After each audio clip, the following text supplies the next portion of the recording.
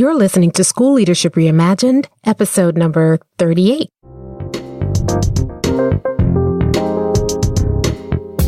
Welcome to the School Leadership Reimagined podcast, where we rethink what's possible to transform your school.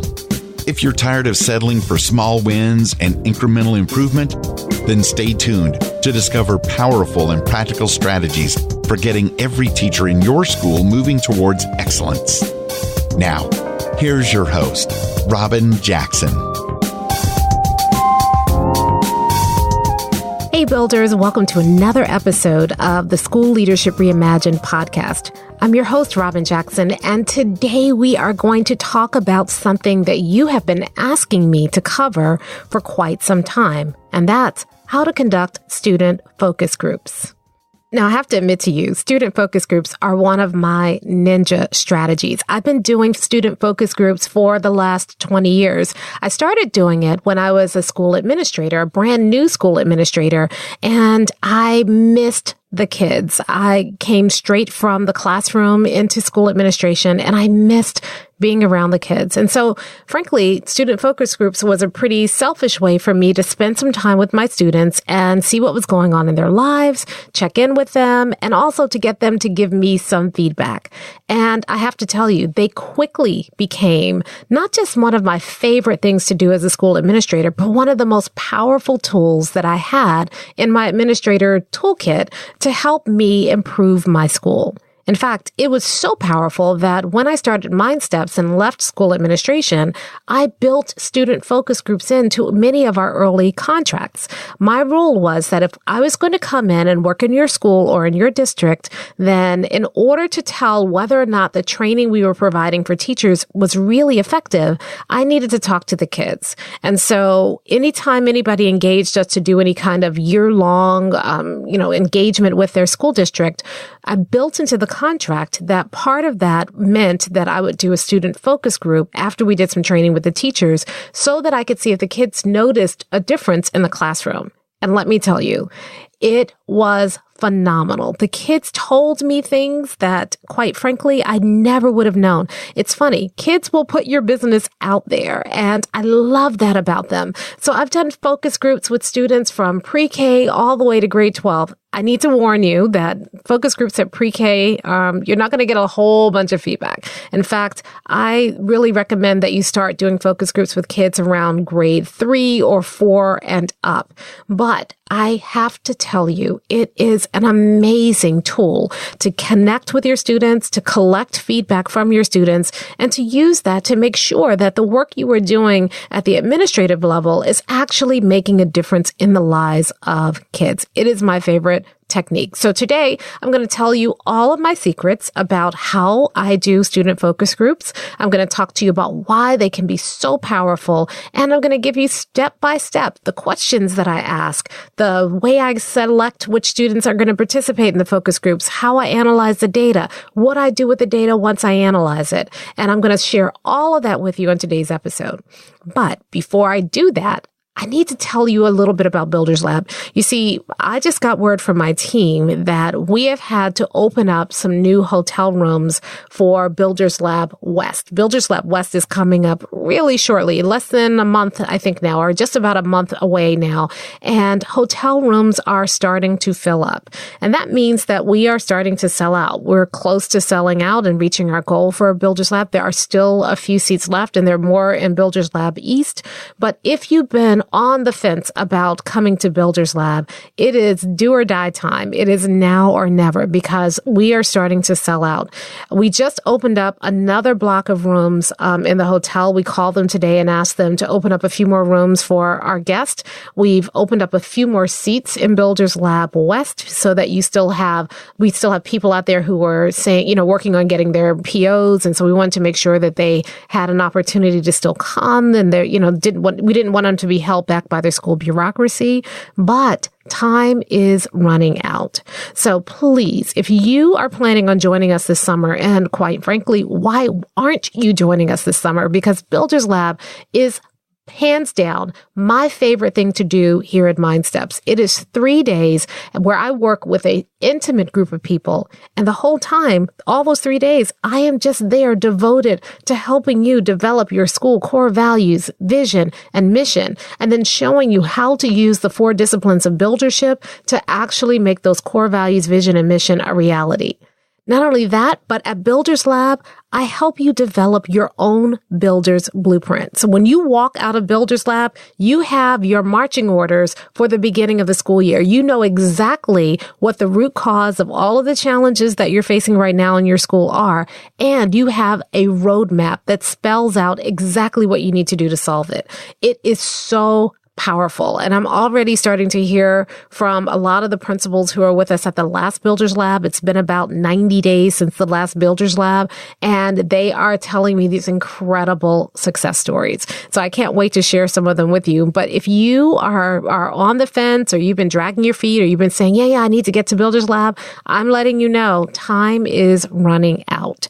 So go to mindstepsinc.com/builders-lab. That's mindstepsinc.com/builders-lab and get your Builders Lab tickets today. We have 2 Builders Labs coming up. The first one is happening June 24 through 26 in Palm Springs, California. We have a gorgeous hotel. It's going to be a wonderful time.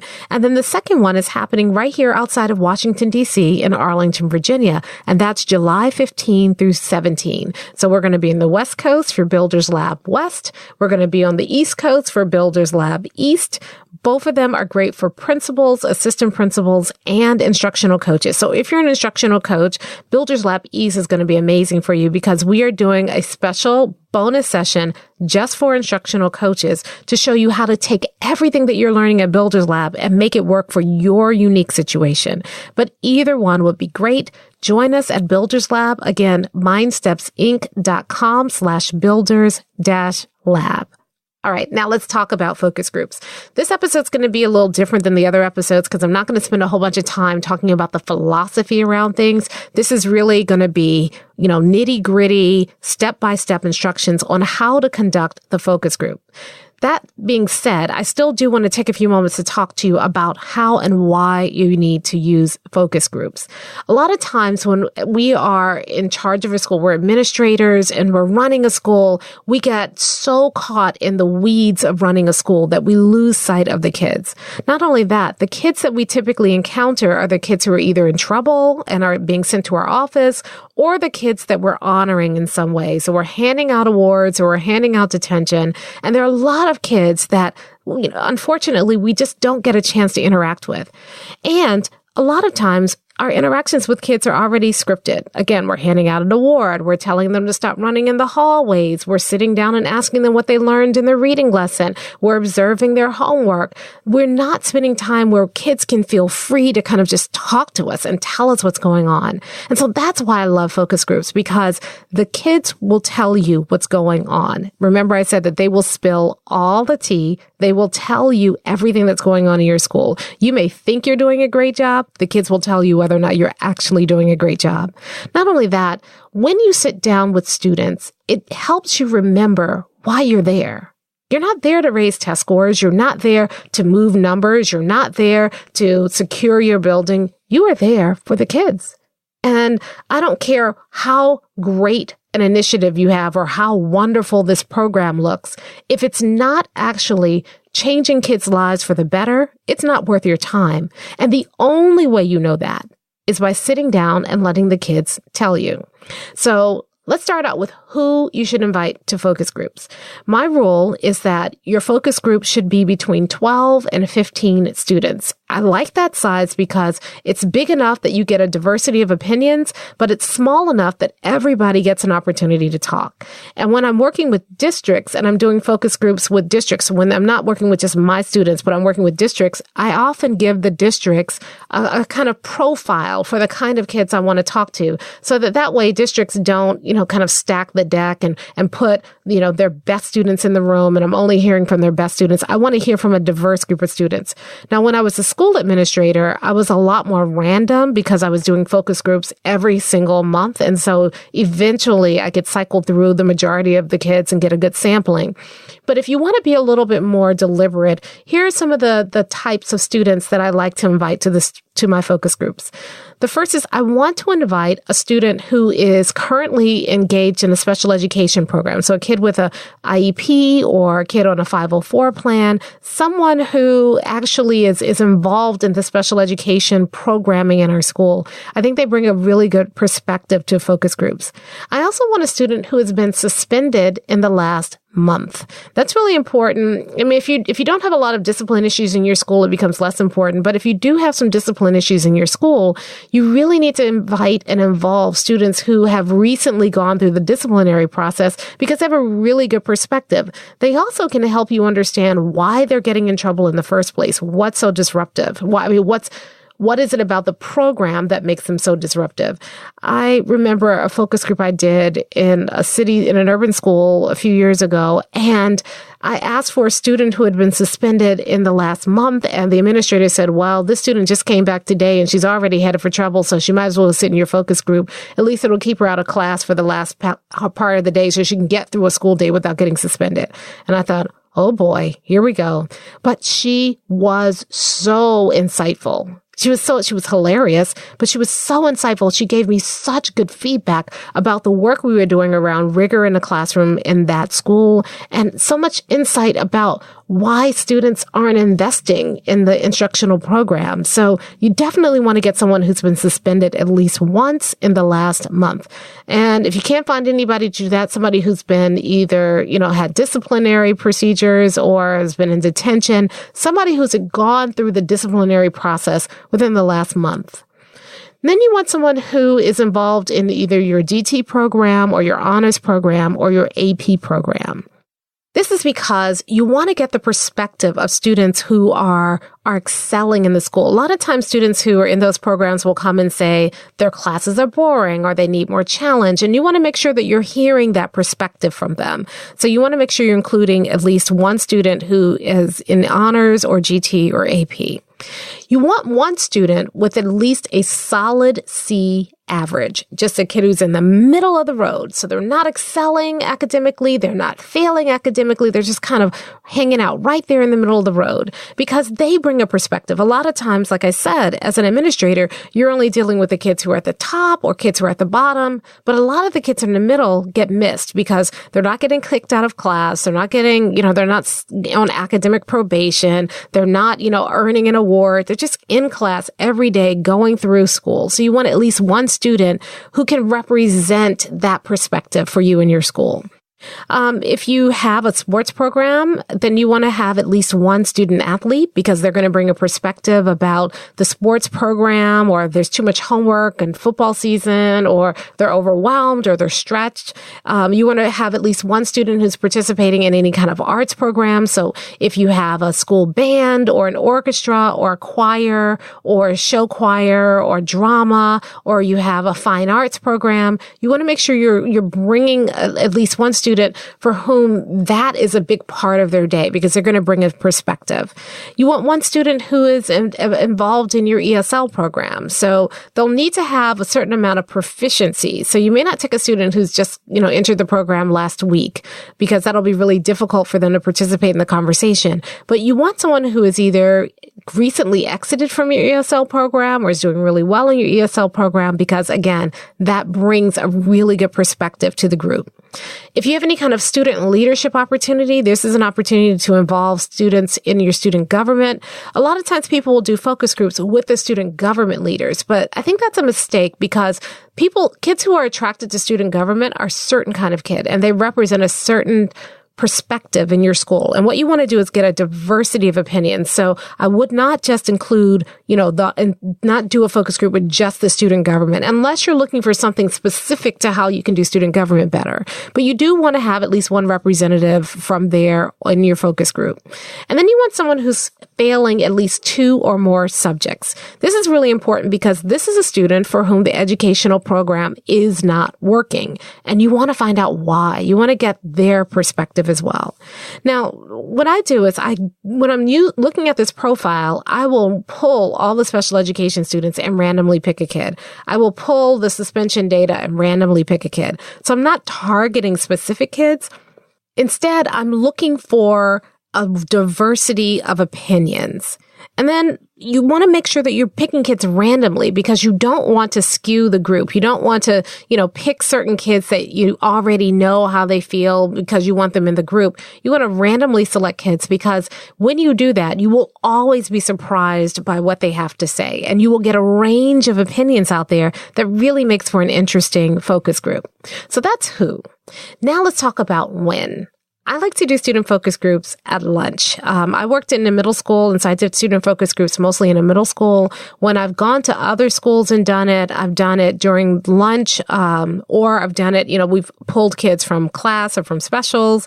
I don't like doing that after school because it creates a logistical nightmare. So I want to do it during the school day. And here's why I like lunch. Because when I do focus groups, I always serve food. I order pizza. I bring in soda. Please don't get me for how I'm poisoning children. I have to use whatever I can to get them to talk to me. So I have to bribe them with a little sugar and pizza and, some candy. I'm okay about doing that. And you can blast me on Twitter about that later on, but I'm really okay for doing that because I want the kids to come and relax and enjoy. I want it to be a treat.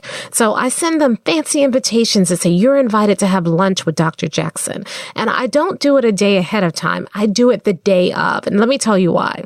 If you do it ahead of time, kids forget, or kids who don't want to come dodge it, or kids have time to think about it. If you send the invitation to them while they're in class, inviting them to join me for lunch in the next 15 minutes, they don't have time to think about it. They don't have time to worry about it. It feels special because they're getting a hand-delivered invitation in their classroom to have lunch with me. They're not in trouble. I make sure I put that on the invitation. You've been selected to have lunch with me, and, the wording is really positive. And then that's how you get kids to show up. So the longer you have between the time you issue the invitation and the time you ask them to show up, the more kids have time to think about it and to opt out. But when you do it, 15 minutes before lunch, they get an invitation, it feels really special. It feels kind of like a surprise. They're still in a little shock.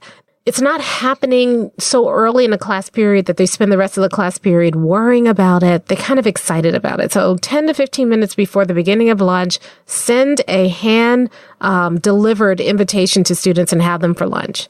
And then make sure that you have pizza and soda and candy, some of their favorite foods, not cafeteria food. You want to have something special for students. And then set up the conference room. I like to do it in the main office conference room or in an empty classroom. I set it up. I put a tablecloth down. I decorate. So when they walk in the room, it really does feel like it's something special. Now, the next thing is, what are you going to do during the focus groups? So when students come in, I have them take a seat. I don't have assigned seats. I let them pick whatever seat they want around the table. And I really like doing this in a circle so that everybody can see everybody else and so I can see the students. I'm there with my laptop or with a pen and paper. A pen and paper is a little less threatening than a laptop, so I typically do a pen and paper, but you're going to have to script really fast. And then sometimes I may invite my secretary in to take notes as well so that I can fully engage with the kids. It just depends. If I'm going to do a district, I don't have a secretary in a district, so I will take notes myself. If I'm doing this in my school, I always ask my secretary to sit in and take notes so that I could fully be engaged with the kids. When the kids walk in, I welcome them. The first thing they want to know is, am I in trouble? And I'm like, absolutely not. I tell them what it is. I say, I just want to hear your opinion, and I'm hoping you'll have lunch with me, and then tell me what you really think about the school. They're a little worried. They sit down. I start feeding them pizza, and they're like, oh, pizza. And I'm like, yeah, great. Have a slide ice and pour yourself something to drink. Other kids come in and they're like, why am I here? And I explain it to them.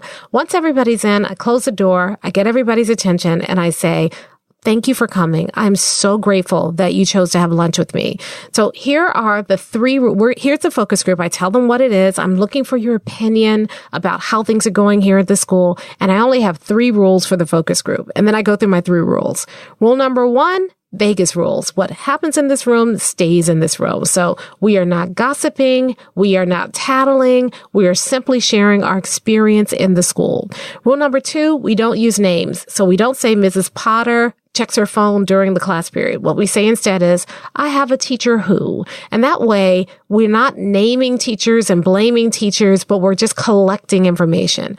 And rule number 3 is everybody must talk. If you eat my food, you have to share something. You have to speak at least once during the focus group. And then I give everybody an opportunity to say, now, does anyone not want to still be here? You have an option of leaving if you want. You're not held captive. If you want to go, you go. Sometimes kids leave. I was supposed to take a test with Mrs. So-and-so at lunch, whatever. That's why I like 12 to 15 people. And I like to invite at least 15 students so that if a few have to leave, I'm still down to 12, maybe 10 students, and I still have that variety and diversity of opinions. Okay, so once we do all of that, I start out with the questions. And there are 5 questions that I always ask students during my focus groups. Just 5 questions. The first one goes like this. What are we doing here at this school that you really, really like? Or what is something that your teachers do in their classroom that you really, really like? And then this is the most important part. After you ask the question, shut up. That's right. Don't say a word. Even if it means several seconds of uncomfortable silence, just sit there and wait, smiling and expectantly, and sooner or later, the students will speak up. And once they start talking, shut up. Let the students talk, and they will start talking. One student will talk, and I'll say, okay, great, thank you. Anybody else? And all I'm doing is writing down the information. At the beginning, they'll say, well, I like the way Mrs. Potter does this. And I'll say, oops, that's a name. And they'll say, I'm sorry. Okay, I have a teacher who. And then they'll get used to it after a while.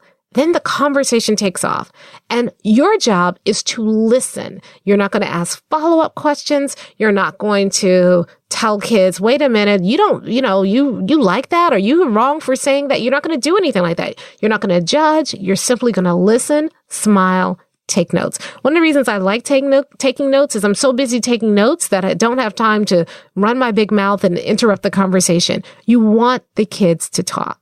And when it looks like the conversation is dying down, you can say, anybody else? Okay. Second question. And the second question is this. What are we doing that you don't like, even if you know it's for your own good?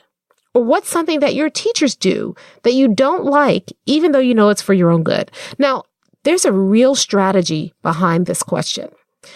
Before you get to what students don't like, you want to give them a question where you can get the typical answers out the way. So whenever you ask students, what don't you like? They're going to say things like, I don't like homework. I don't like that we have to read. I don't like, detention when we do something wrong. And, they're going to get those complaints. But when you put it as you don't like it, even though you know it's for your own good, students can then complain about homework and still give you valuable information. Now, this one, you may ask a few more follow-up questions, but you have to be careful because you don't want to shut down the conversation by inserting your opinion. So if you're going to ask follow-up questions, you can say things like, if a student says, I don't like homework, you can say, why is that? And then shut up and let the students talk. But you want to get students talking about, these are things I don't like, even though I know it's for my own good. What is always surprising to me is after they get through the homework and after they get through tests and all of that, they'll start to say things like, I know that you all don't want us throwing trash in the hallway, but I don't like the way that you get a detention every time we do that because detention, a lot of times I didn't even throw trash, but everybody gets punished for it. And so you'll start to hear about some of the policies that you have in the school that students find unfair, even though they know that what you're trying to do. And so it's really, really valuable. Listen closely for this during this question, because I think you'll get a lot of insight, especially once kids get past the typical answers. Once things die down, ask anything else? Okay, now let's go to question number 3. And question number 3 is, what do you think we should stop doing? Or what would you like for your teachers to stop doing? Now, again, the question is deliberately worded. It's not what don't you like, or what's disappointing to you, or what bothers you, or what irks you. It's what do you want us to stop doing? And what that does is it starts helping kids point out, I don't like it when teachers yell at the whole class when it's only one person who's in trouble. I don't like it when the teachers sit on their phones and play on their phones when we're supposed to be doing classwork because they don't see me when I raise my hand to ask a question. These are real answers that I've gotten from students. This is when students start to tell you the real deal. Or students will say, I don't like it when I think you all should stop interrupting class with announcements. As soon as we get started, there's another announcement. You will hear the real truth. Kids will tell you all the things you need to stop doing. And then you can ask if you're not understanding something, say, I don't understand. Well, what do you mean by that? Or why that? You can ask those questions, but you have to do it in a non-judgmental way. What you want to do mostly is to shut up. Don't interrupt students when they're talking to you. Take notes, because kids, I promise you, once they get going, and the nice thing about it is once one kid says something, another student will say something, and then another one will say something, and they'll feed off of each other, and you get a really clear picture of what's working and not working for students in your school. Now, after you've done that for a while, again, is there anything else? Okay. And then you're going to go to the 4th question. And the 4th question is, what advice would you give your teachers, or would you give me about how we can make schoolwork better for you? Again, the question is worded very deliberately. It's not how can we make school better for you? It's what advice? Because when you ask people for their advice, they're more likely to give it than if you just ask them for something where it feels like it's going to be a right or wrong answer. What should we be doing? You want to get asked specifically for their advice. It puts people in a helpful mood. Students start to, say, well, you guys are doing a pretty good job already, but if I had to give you some advice, and it's so cute, and then they start giving you advice, and their advice is always so good. Listen to their advice. And the fact that you're asking for their advice makes them feel important, makes them feel like you're really listening to them, that you're really going to take into account what they're saying. So listen to that. And then once things die down, you can say, is there anything else? Okay, last question. What questions do you have of me? I love this part because now the students can say, why do we have a policy with this? What happened last week when the police were here at the school? I hear that you all are going to be, so the kids start talking about the rumors that they're hearing.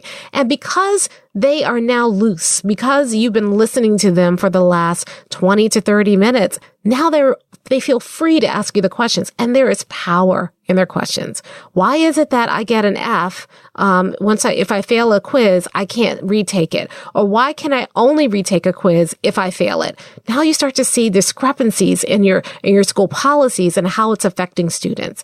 I love this part because a lot of times kids ask really great questions, and sometimes, and here's the thing, this is the part where you can answer their questions, and you want to answer them honestly and transparently.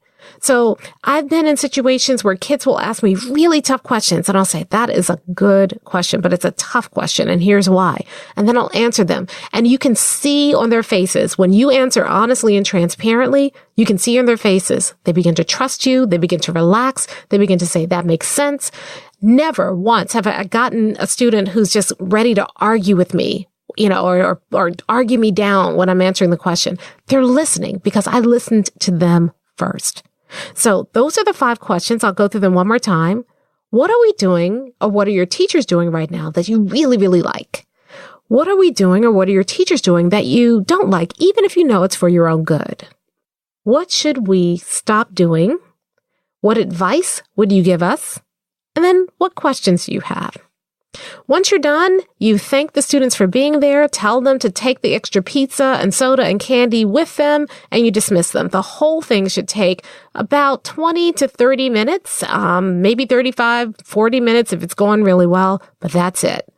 And then Now the hard part comes, because now you're going to go back and you're going to go through your notes. The first thing I like to do is, if I've handwritten the notes, is I actually type all the notes and I try to start putting them in categories. So I type the notes, the answers for each question, or if you've been typing, and I'll be honest with you, I don't really like to sit and type while the kids are talking to me. It feels very clinical. I don't mind writing notes down but I want to kind of have as much eye contact with them as possible. And when you're formatting the computer, it's really hard to do. So I don't really like typing while they are talking. So what I like to do is take everything, type it all up, and as I'm typing up my handwritten notes, I'm also processing what the students are saying.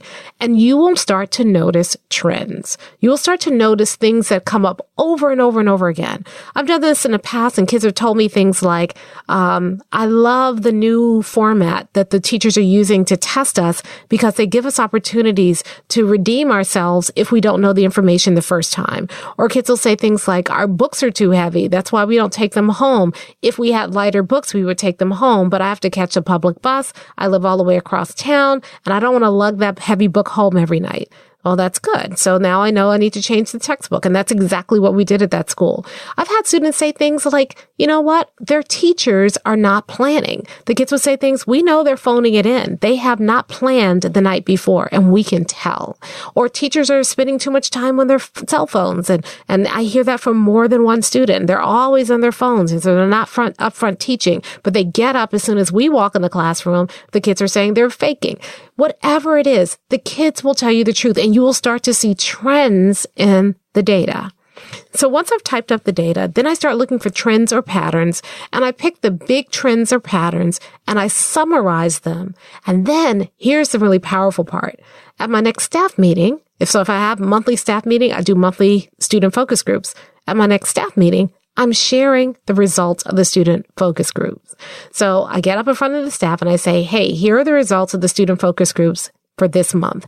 And I give them the summary things. The students are saying that we're not planning and that they can tell. So we really want to focus on that. The students are saying we're spending a lot of time on our phones instead of teaching. I know it's not everybody because it's a sample, but we need to talk about that. The students are saying they really love the new reteaching and reassessment process that we're using. So that's good. That's good feedback. We need to keep it up. We need to bolster it and make it stronger. The students are saying, they're asking us why we have this particular rule. And I didn't have a good answer for them. So we need to talk about that, and let's come up with a better rule. And so we talk to the staff about the student feedback. And here's the most powerful part. I'm not getting in front of them griping about what they are or not doing. I'm simply sharing with them what the student said. And you would be amazed at the discussion. Now, I'll be honest with you. The first time I did this and shared it with the staff, they were pretty defensive. They were saying like, well, what students were in your focus group and why? And I said, whoa, we are not doing any of that. I have simply collected this data and I'm sharing with you what the students share with me. It was a random group of students. I do this every single month. People want to dismiss the data. They want to tell you why it's wrong. They want to tell, no, we're not doing any of that. This is what the kids are saying. And what are we going to do about it? Because ultimately, we are accountable to them. And then after that, we get to work. And then the students start to see the change. What happens is if the students know you're doing focus groups, I remember one time a student said, hey, when am I going to get invited to have lunch with you? And I said, well, why do we need to wait for lunch? What do you need to say? And students feel comfortable. They start coming to me one-on-one and giving me feedback. Kids who were in my focus group, now when I see them in the halls, they're waving at me. They're talking to me. They're coming up and they're saying, hey, I saw how you changed that rule. Good job. Thanks for doing that. And so you start to have these relationships with kids that are meaningful and powerful. They start telling other students about how cool you are and how nice you are. And their parents call and say, hey, my son said you had lunch with him today. I really appreciate it. He's so shy. Nobody ever notices him. Thank you for spending some time with him. It just changes the culture of your school.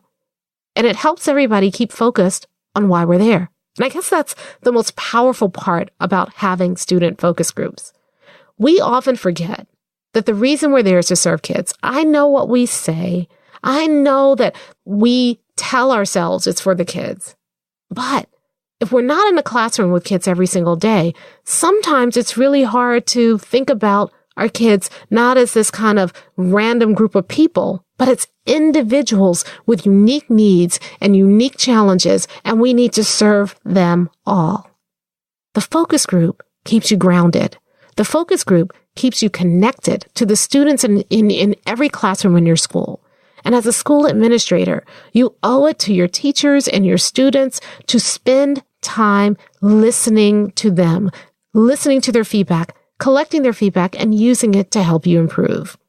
Now, my student focus groups worked so well that I started doing it with parents. I would have a parent coffee in the morning, and I'd invite parents to come and have coffee with me, or have something in the afternoon so the parents who were picking their students up could also share information. And again, conducting those focus groups, I did not do it in a formal way like at a PTA meeting or anything like that. I just invited them in and did the same exact process, same exact questions with them that I did with their students. And again, it's a great way to help parents stay connected as well. You can also do teacher focus groups where you sit down with teachers as an administrative team and ask them their feedback. Or you can sit down in a team meeting or a PLC and do the same thing.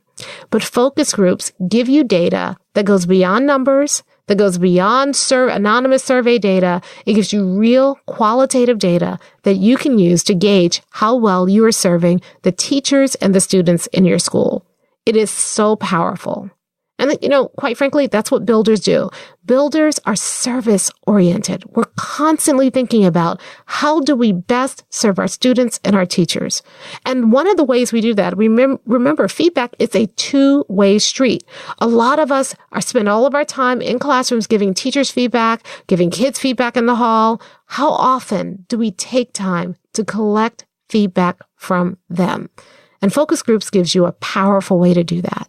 So I want to challenge all of you who are listening before the school year is up. Try it. Invite some students into your office and conduct a student focus group. And then let me know on LinkedIn how it went. I want to hear the success stories, but I also want to hear the fails, because if you have a question or it didn't quite work out, so hit me up on LinkedIn and tell me about it, and I'll see what I can do to help you figure out how to make it work better. At the end of the day, all of us should be collecting feedback from our students because they're the reason that we are here. And in focus groups are a powerful way to do that. They're a powerful way to help you collect feedback from your students like a builder. Okay, now before we go, one more reminder, Builders Lab is coming. June 24 through 26 is the first one for the summer. That's Builders Lab West. And then July 15 through 17, 2019, that's Builders Lab East. And tickets for both of them ticket sales are starting to pick up. We've already had to open up another room block for Builders Lab West. We're probably going to have to do that for Builders Lab East pretty soon, but we want you to be there. You do not want to miss out. Summer is a great time to come to work with other builders from all over the world and to develop a plan so that you walk into the school year next year confident that you are finally going to make the changes and the transformations that you've been dying to make. Stop tweaking at changes. Stop making small little incremental gains. Do something really powerful and amazing this year. Come to Builders Lab and I'll help you do just that. And don't forget that I want you to share the love of this podcast with other people. Focus groups are really powerful. And so if you have a colleague who is looking for a way to connect with kids and to get feedback, share this episode with them. Share this episode and help them learn how to do focus groups as well. It would be a huge favor to me if you would do that. Also, I'd love to hear what you think about the podcast. So would you do me a favor and leave a review of this podcast on iTunes? All you have to do is go to schoolleadershipreimagined.com/episode 38. And when you do that, there'll be a link on the page that shows you how to leave a review for a podcast. I would really appreciate it if you do that. It's a great way to get the word out about this podcast to other people. And it's also a great way to give me feedback on how I'm doing so that I can better serve you. And speaking of serving you, let's talk about next week. One of the questions that I get a lot from people is, you know what, I have it down what to do with struggling teachers, but what do I do with my best teachers? How do I keep my best teachers from leaving? And so next week, I'm going to share with you some simple strategies you can use to make sure that you are holding on to some of your best teachers. Next week, we're going to be talking about how to hold on to your best teachers like a builder. Thank you for listening to the School Leadership Reimagined podcast. For show notes and free downloads, visit schoolleadershipreimagined.com. School Leadership Reimagined is brought to you by MindSteps, Inc., where we build master teachers.